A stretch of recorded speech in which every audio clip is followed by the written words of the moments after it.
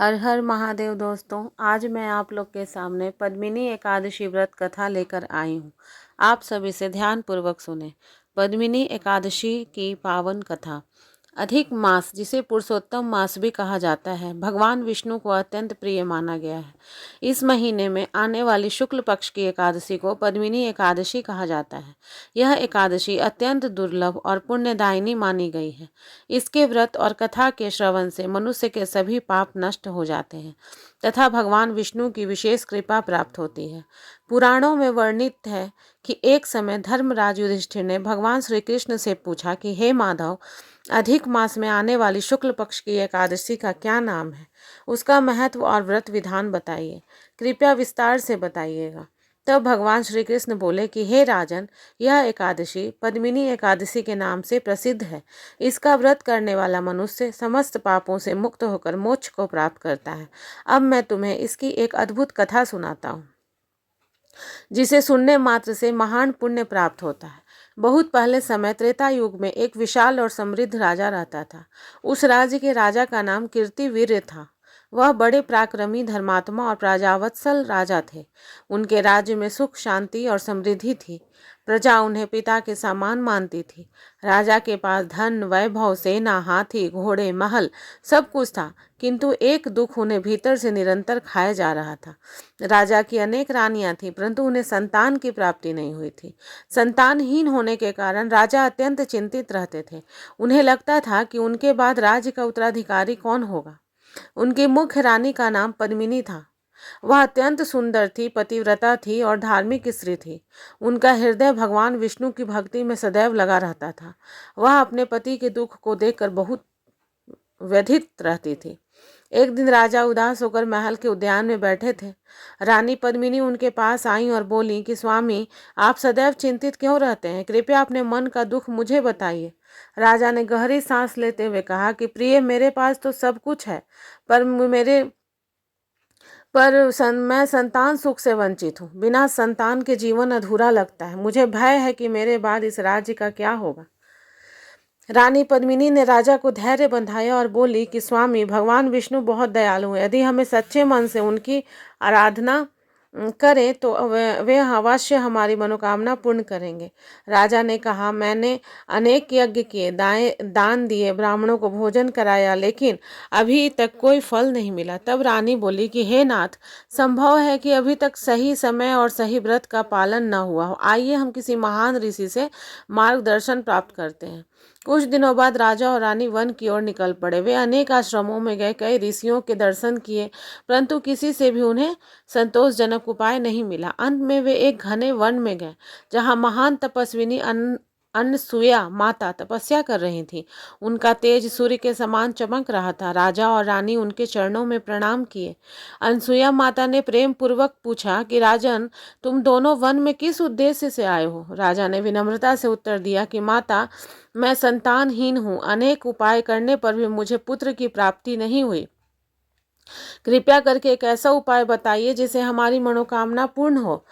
तब अनसुया माता ने ध्यान लगाया और कहा कि कुछ क्षण बाद बोली कि हे राजन, अधिक मास की शुक्ल पक्ष की पद्मिनी एकादशी का व्रत अत्यंत प्रभावशाली है। यदि तुम दोनों श्रद्धा और नियम पूर्वक यह व्रत को करोगे ना, तो भगवान विष्णु अवश्य प्रसन्न होंगे। रानी पद्मिनी ने हाथ जोड़ते हुए कहा कि माते, कृपया इस व्रत की विधि विस्तार से मुझे बताइए। तो अनसुया माता बोली कि 10वीं के दिन से ही व्रत का आरंभ माना जाता है। उस दिन सात्विक भोजन करना चाहिए और मन को पवित्र रखना चाहिए। एकादशी के दिन प्रातः ब्रह्म मुहूर्त में उठकर स्नान करना चाहिए। भगवान विष्णु का पूजन करके कमल के फूल, धूप, दीप, नैवेद्य से उन्हें पूजना चाहिए। पूरे दिन उपवास रहकर भगवान का स्मरण करना चाहिए। रात में जागरण करके भजन कीर्तन करना चाहिए। द्वादशी के दिन ब्राह्मणों को भोजन कराकर स्वयं भोजन करना चाहिए। जो व्यक्ति श्रद्धा से यह व्रत करेगा, उसे संतान सुख, समृद्धि और अंत में मोक्ष की प्राप्ति होती है। राजा और रानी ने अत्यंत श्रद्धा से यह व्रत करने का निश्चय किया। समय आने पर अधिक मास आया। पद्मिनी एकादशी के दिन राजा और रानी ने विधि पूर्वक व्रत आरंभ किया। उन्होंने नदी में स्नान किया, पीले वस्त्र धारण किए और भगवान विष्णु की प्रतिमा के सामने दीप प्रज्वलित किया। रानी पद्मिनी ने कमल के फूलों से भगवान शिव की पूजा की और प्रार्थना की कि हे नारायण, यदि मेरी भक्ति सच्ची है तो हमें संतान सुख प्रदान कीजिए। राजा ने भी पूर्ण श्रद्धा से भगवान का स्मरण किया। दोनों ने दिन भर उपवास रखा और रात्रि में भजन कीर्तन करते हुए जागरण किया। उनकी भक्ति देखकर भगवान विष्णु अत्यंत प्रसन्न हुए। मध्य रात्रि के समय भगवान विष्णु उनके सामने प्रकट हुए। उनका स्वरूप अत्यंत दिव्य था। 4 भुजाएं थी, पीताम्बर, शंख, चक्र, गदा और पद्म धारण किए हुए। भगवान को देखकर राजा और रानी भाव विभोर हो गए। दोनों ने उनके चरणों में दंडवत प्रणाम किया। भगवान विष्णु बोले कि हे राजन, हे पद्मिनी, मैं तुम्हारी शक्ति से अत्यंत प्रसन्न हूँ, तुम्हारी भक्ति से अत्यंत प्रसन्न हूँ, वर मांगो। राजा ने हाथ जोड़कर कहा कि हे प्रभु, यदि आप मुझ पर प्रसन्न हैं तो मुझे एक तेजस्वी और धर्मात्मा पुत्र प्रदान कीजिए। भगवान मुस्कुराए और बोले कि तथास्तु, तुम्हें एक महान पराक्रमी पुत्र प्राप्त होगा जिसका यश तीनों लोकों में फैलेगा। यह कहकर भगवान अंतर्ध्यान हो गए। कुछ समय बाद रानी पद्मिनी ने एक सुंदर पुत्र को जन्म दिया। उस बालक का तेज अद्भुत था। वह बड़ा होकर महान योद्धा बना और उसने अपने राज्य को अत्यंत समृद्ध बनाया। राजा और रानी अत्यंत प्रसन्न हुए। उन्होंने समझ लिया कि यह सब पद्मिनी एकादशी व्रत का ही फल है। भगवान श्री कृष्ण ने युधिष्ठिर से कहा कि हे राजन, इस प्रकार पद्मिनी एकादशी का व्रत करने से मनुष्य की सब मनोकामनाओं की पूर्ति होती है। व्रत हजारों यज्ञों और दानों से बढ़कर भी फल देने वाला है।